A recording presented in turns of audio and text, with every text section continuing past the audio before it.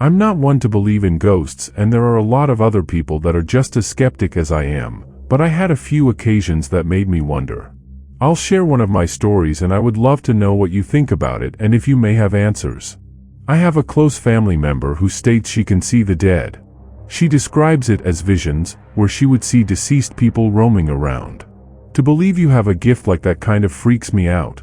I don't know what my mom was thinking, but for some reason, she asked her one day if she saw anything in our house. I wished she said nothing, but she answered with yes, but she's not clear as to what it is. Fast forward to about 2 months later.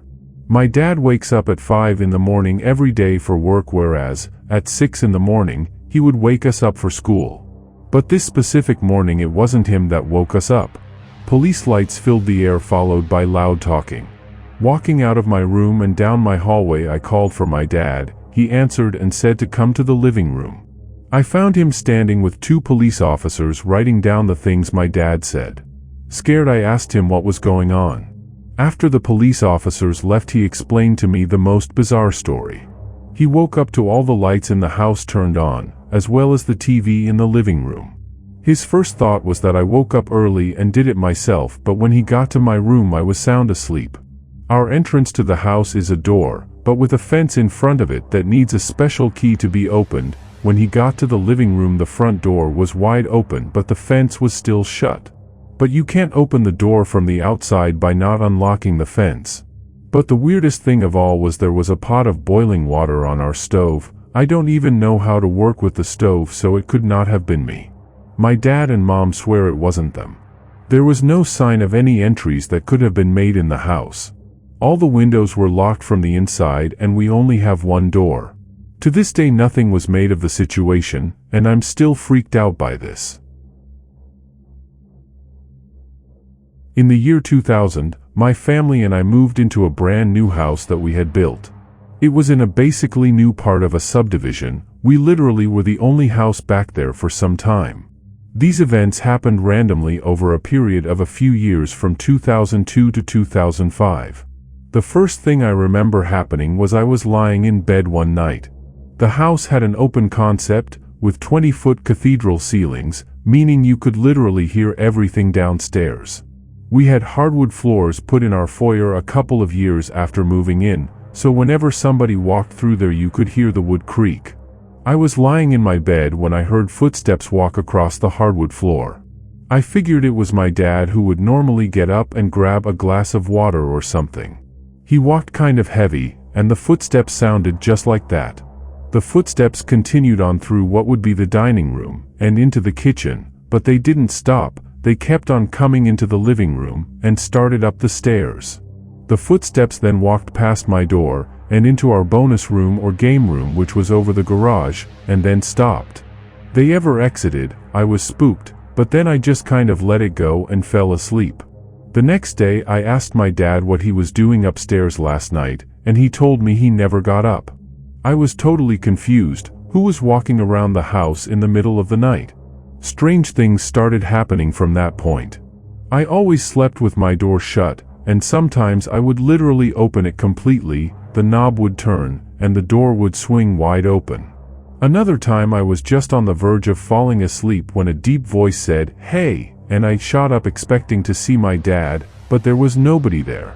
My dad would frequently smell the perfume of an old girlfriend he had in high school, who committed suicide sometime in the 80s.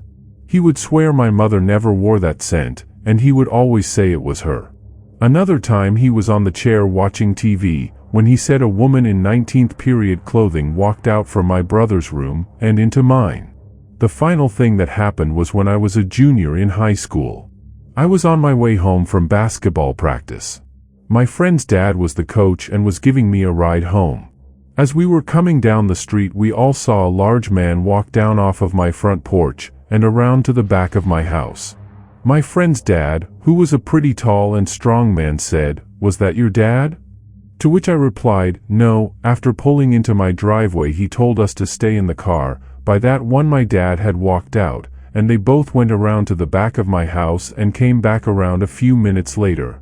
They both found nothing, and my dad kept saying that somebody kept knocking on the door, but when he would answer there would be nobody there.